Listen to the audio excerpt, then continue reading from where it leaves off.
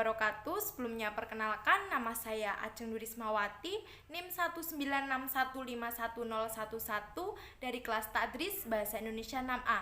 Nah, di sini saya akan mempraktikkan video pembelajaran Bahasa Indonesia pada kelas 11.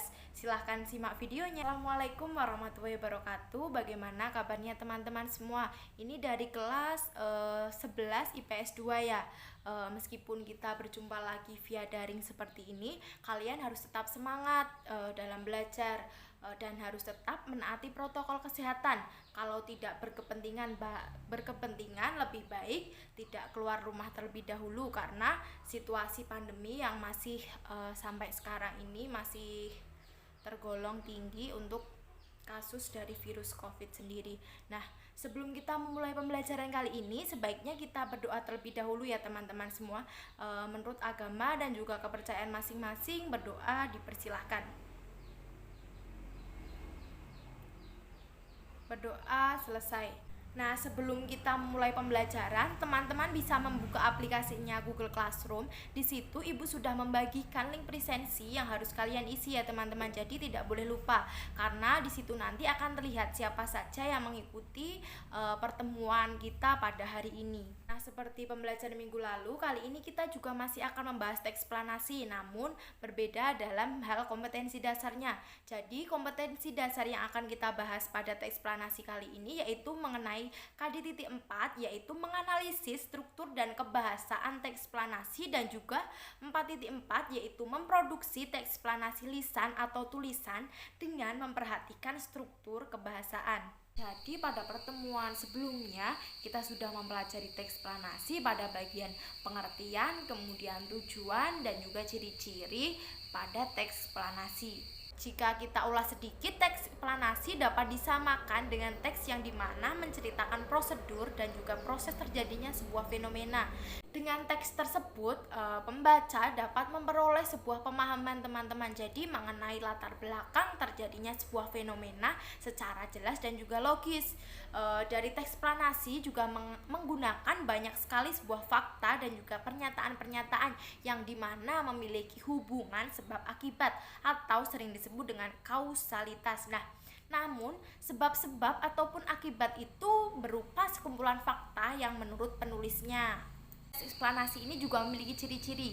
Jadi yang sudah kita bahas kemarin yaitu ada ciri-cirinya, diantaranya strukturnya terdiri dari 3 bagian, yaitu pernyataan umum, urutan sebab akibat, dan juga interpretasi. Ciri yang kedua, informasi yang dimuat berdasarkan dengan fakta atau faktual.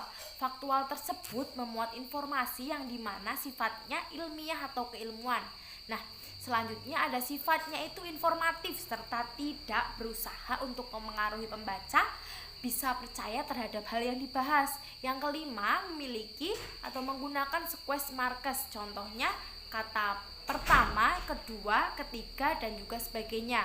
Selain itu juga menggunakan kata pertama, berikutnya, dan juga terakhir. Kemarin juga sudah mempelajari bagaimana tujuan dari teks eksplanasi. Jadi tujuan dari teks eksplanasi ini untuk memberikan sebuah informasi yang sejelas-jelasnya kepada pembaca, agar pembaca itu paham dan juga mengerti tentang suatu fenomena yang terjadi. Nah, setelah minggu lalu kita sudah mengetahui tujuan dari teks eksplanasi, kemudian pengertiannya. Kali ini kita akan membahas struktur dan juga kebahasaan dari teks eksplanasi. Jadi bagian struktur teks eksplanasi itu terbagi menjadi 3 bagian teman-teman.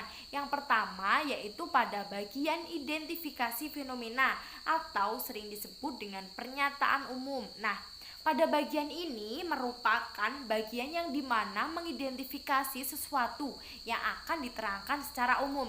Jadi hal itu dapat berkaitan dengan fenomena alam, sosial, budaya, dan juga fenomena lainnya.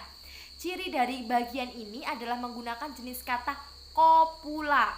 Kata kopula itu pasti kalian sudah pernah mendengar. Jadi kata kopula adalah kata kerja yang menghubungkan antara subjek dan juga komplement. Contoh kata kopula di sini ada kata ialah, kemudian ada kata adalah. Nah, dua kata ini sering digunakan sebagai kata kopula dalam teks eksplanasi. Nah, bagian struktur dari teks eksplanasi yang kedua yaitu sebuah yang sering disebut dengan penggambaran rangkaian kejadian atau sebab akibat.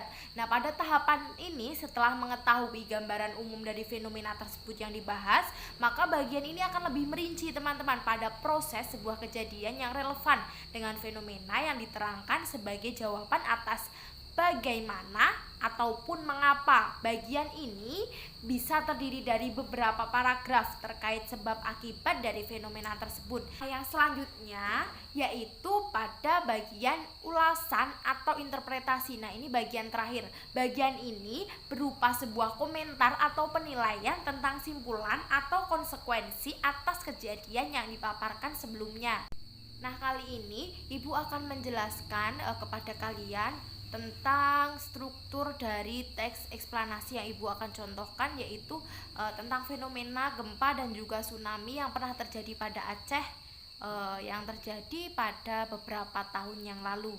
Silahkan teman-teman bisa menyimak yang sudah tampak pada layar monitor teman-teman semua. Teks bencana Aceh di samping ini menjelaskan secara rinci mengenai fenomena alam yang dahsyat yang terjadi pada tahun 2004. Paragraf pertama ini merupakan struktur pernyataan umum yang dimana menjelaskan kapan peristiwa ini terjadi dan juga dampak yang dihasilkan secara umum. Nah, pada paragraf kedua sampai ke-6 kita mengetahui bahwa rincian fakta tentang kekuatan gempa, kemudian tinggi gelombang laut dan juga jumlah korban jiwa serta negara-negara yang terdampak oleh bencana alam ini teman-teman. Pada paragraf-paragraf yang menjelaskan secara detail termasuk dalam struktur penggambaran rangkaian kejadian. Nah, paragraf terakhir kembali dijelaskan mengenai ulasan dahsyatnya bencana alam dan tsunami ini yang membuat bola bumi ini bergetar. Nah, setelah kalian mengetahui struktur teks eksplanasi, kemudian Ibu juga sudah memberikan contoh teks eksplanasi beserta bagian-bagian strukturnya. Kali ini kita akan membahas pada kebahasaan teks eksplanasi. Berdasarkan dari kaidah kebahasaan secara umum, teks eksplanasi ini sama dengan kaidah pada teks prosedur ya teman-teman, karena sebagai sebuah teks yang berkategori sebuah faktual atau sering disebut dengan non sastra. Teks eksplanasi ini menggunakan banyak kata yang bermakna denotatif sebagai teks yang berisi sebuah paparan proses baik itu secara kausalitas maupun kronologis. Nah, teks tersebut menggunakan banyak konjungsi kausalitas ataupun kronologis. Nah, konjungsi kausalitas ini antara lain sebab, karena, oleh karena itu, kemudian ada kata sehingga. Nah, kalau kata konjungsi kronologis atau hubungan waktu seperti kata kemudian, lalu, setelah itu, pada akhirnya. Dari penjelasan yang sudah Ibu berikan tadi, Ibu akan selanjutnya akan memberikan kalian tugas ya teman-teman. Nah, jadi tugasnya berdasarkan teks yang ini nanti Ibu akan lampirkan pada Google Classroom, jadi kalian bisa melihat kembali. Jadi di teks ini kalian bisa menentukan bagian-bagian dari struktur teks tersebut. Kemudian kalian juga simpulkan pula struktur teks tersebut berdasarkan strukturnya. Nah, dari teks tersebut juga Ibu menyuruh kalian untuk mengidentifikasi kalimat yang menggunakan konjungsi kausalitas kronologi dan yang berketerangan waktu, kemudian kata kerja pasif dalam teks eksplanasi tersebut. Jadi nanti teksnya bisa kalian baca di Google Classroom, kemudian kalian kerjakan dan lembar jawab kalian di-upload pada Google Classroom ya.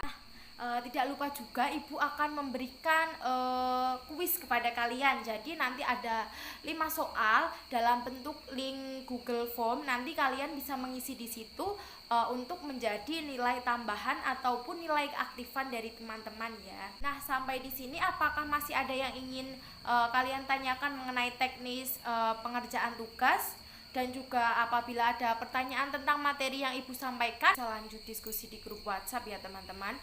Baiklah, Ibu rasa cukup untuk pertemuan kali ini. Ibu akhiri. Terima kasih untuk yang sudah hadir, yang sudah berpartisipasi dalam pembelajaran kali ini. Terima kasih. Wassalamualaikum warahmatullahi wabarakatuh.